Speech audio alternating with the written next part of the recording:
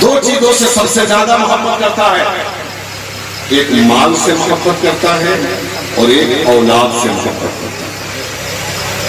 اگر کوئی غریب ہے، کوئی پریشان حال ہے، اس کی خواہش رہتی ہے کہ میری غربت دور ہو جائے، اس کی تمنا رہتی ہے کہ میں امیر بن جاؤں۔ اگر رہنے کے لیے مکان نہیں ہے، اس کی خواہش ہے کہ میرے پاس ایک مکان ہو جائے۔ وہ ایک مکان بڑی محنتوں کے بعد بناتا ہے، صبح سے لے کے دوپہر تک محنت کرتا ہے، دوپہر سے لے کے شام تک کوشش کرتا ہے، شام سے لے کے صبح تک کوشش کرتا ہے۔ نہ اسے جاڑے کی فکر ہے، نہ اسے گرمی کا احساس ہے، نہ اسے بارش کے خطروں کا ڈر ہے، نہ اسے بھوک و پیاس کی شدت کا احساس ہے۔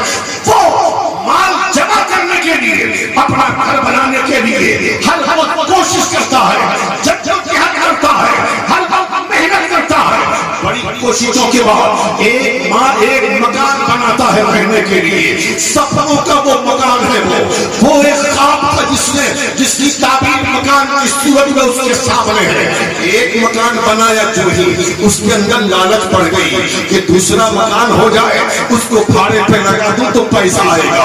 اس نے کوشش کر کے دوسرا مکان تیار کیا، دو مکان تیار ہو گیا، کوشش کر کے تیسرا تیار کیا، تیسرا تیار ہو گیا، کوشش کر کے چوتھا پانچواں تیار کیا، پانچ بلڈنگوں کا مالک ہو گیا۔ اب باری آتی ہے گاڑی کی۔ اگر گاڑی بھی خرید لینا چاہتے چڑھنے کے لیے، ایک کار خریدا ہے چڑھنے کے لیے، اب لالچ آگے بڑھی، دوسرے کی تمنا ہے دوسری خرید لیا جائے تاکہ جب سیزن آ جائے نا شادی کا تو اس نے بھاڑے پہ چلایا جائے۔ دوسری گاڑی خریدا، تیسرے کی تمنا ہے تیسری خرید لیا، چوتھے کی آرزو ہے چوتھے خرید لیا، پانچویں کی تمنا ہے۔ پانچ گاڑیوں کو خریدنے کے بعد اب زمینوں کا نمبر آیا، پلاٹ کا نمبر آیا۔ ایک کٹھا زمین خریدا، دو کٹھا خریدا، تین چار کٹھے خرید لیا۔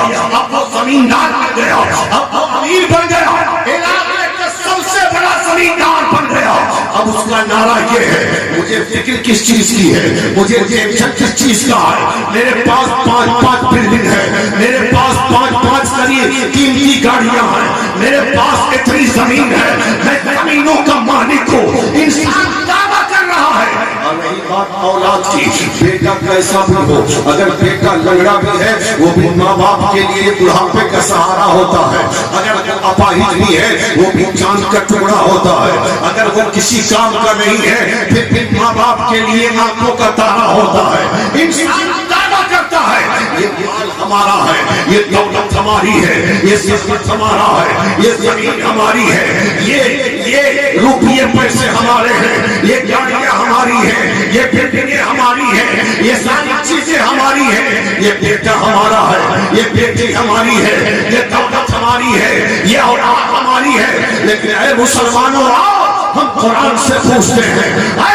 قرآن تو بتا، جس مال کو ہم نے اپنا مال کہا ہے، جس دولت کو ہم نے اپنی دولت کہا ہے، جس بیٹے کو اپنا بیٹا کہا ہے، جس اولاد کو اپنی اولاد کہا ہے، جس بلڈنگ کو اپنی بلڈنگ کہا ہے، جس گاڑی کو اپنی گاڑی کہا ہے، جس زمین کو اپنی زمین کہا ہے، اس کا معاملہ کیا ہے، اس کی حقیقت کیا ہے؟ تو قرآن کہتا ہے یہ مال و دولت تمہارے لیے امتحان ہے۔ اللہ کبھی مال و اولاد دے کر امتحان لیتا ہے، کبھی مال و اولاد لے کر امتحان لیتا ہے۔